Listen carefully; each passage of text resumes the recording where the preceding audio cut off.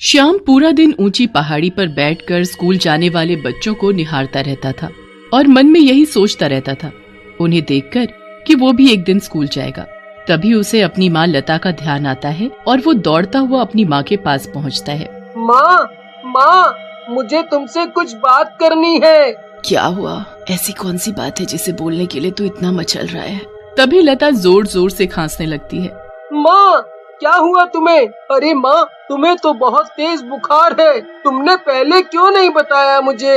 मैं अभी डॉक्टर को लाता हूँ।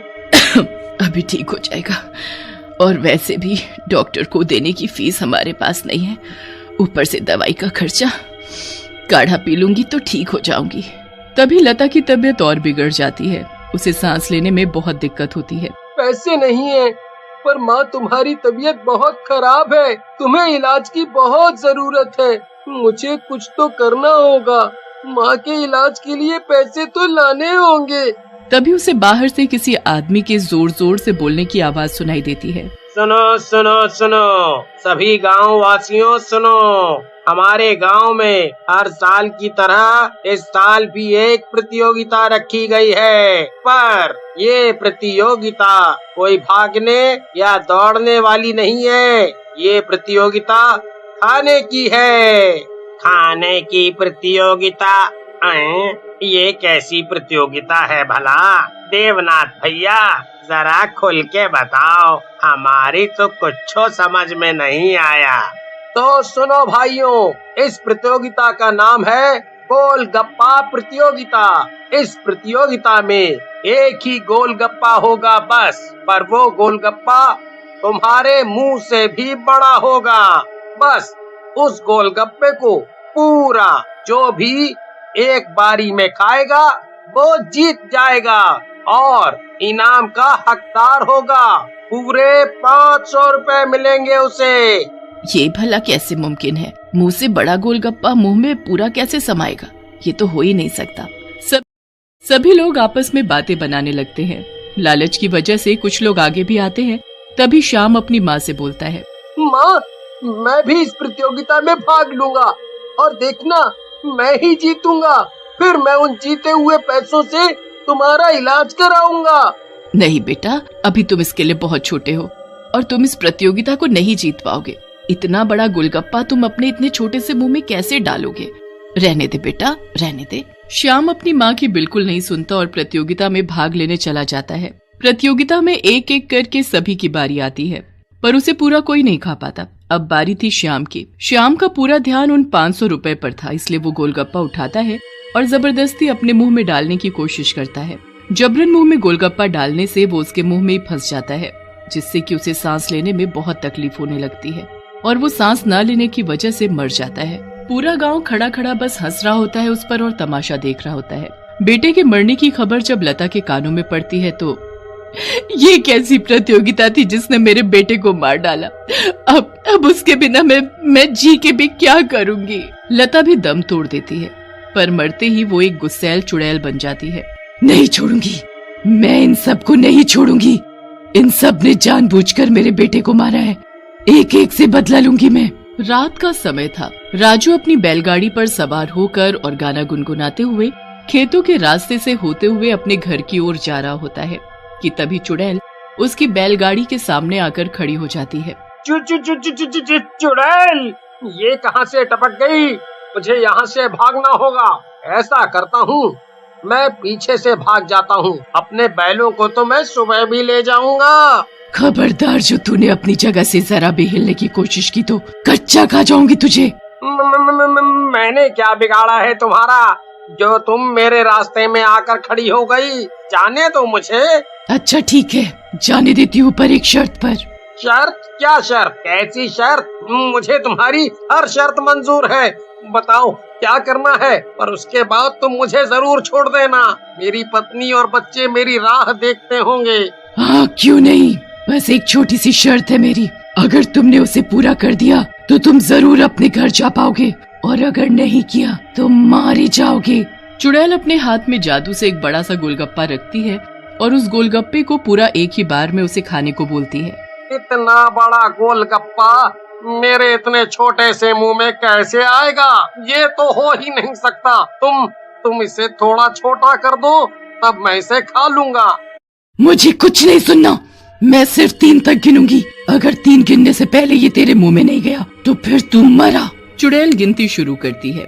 वहाँ देवनाथ 3 गिनने से पहले ही गोलगप्पे को अपने मुंह में जबरदस्ती ठूंसता है और उससे वो गोलगप्पा चूरा चूरा हो जाता है और सारा टूट जाता है। तूने मेरी शर्त पूरी नहीं की, इसलिए अब तू मरा।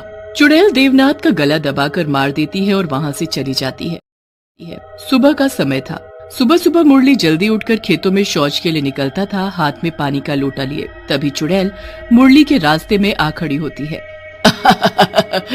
बहुत जोरों से लगी है क्या बेचारा? अब तू कैसे जाएगा मुझसे बच के, क्योंकि मैं तो तुझे नहीं जाने देने वाली। जाने दे, अभी मेरी हालत बहुत बुरी है। अगर जल्दी नहीं गया तो यहीं निकल जाएगी मेरी एक शर्त है, उसके बाद मैं तुझे जाने दूंगी। वो तेरे हाथ में है कि तू उसे कितनी देर में कर सकता है।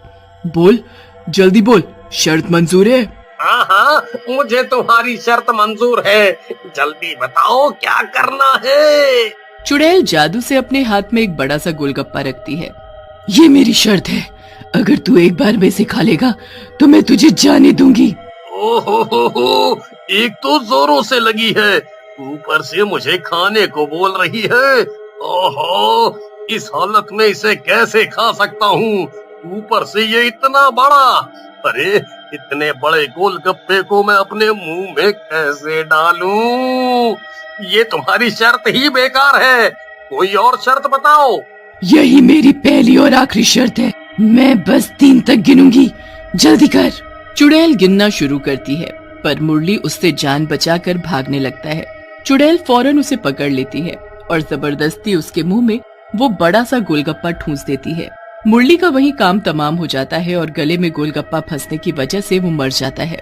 मेरी शर्त पूरी ना करने का हर एक शख्स का यही नतीजा होगा। मेरा बच्चा तड़प तड़प कर मर रहा था और तुम लोग उस पर हंस रहे थे, उसका मजाक उड़ा रहे थे। सबको मार दूंगी, ऐसे ही गोलगप्पे खिलाकर किसी को नहीं छोड़ूंगी। चुड़ैल वहाँ से सीधा गांव में घुसती है, वो भी घूंघट ओढ़कर, ताकि उसे कोई पहचान न पाए।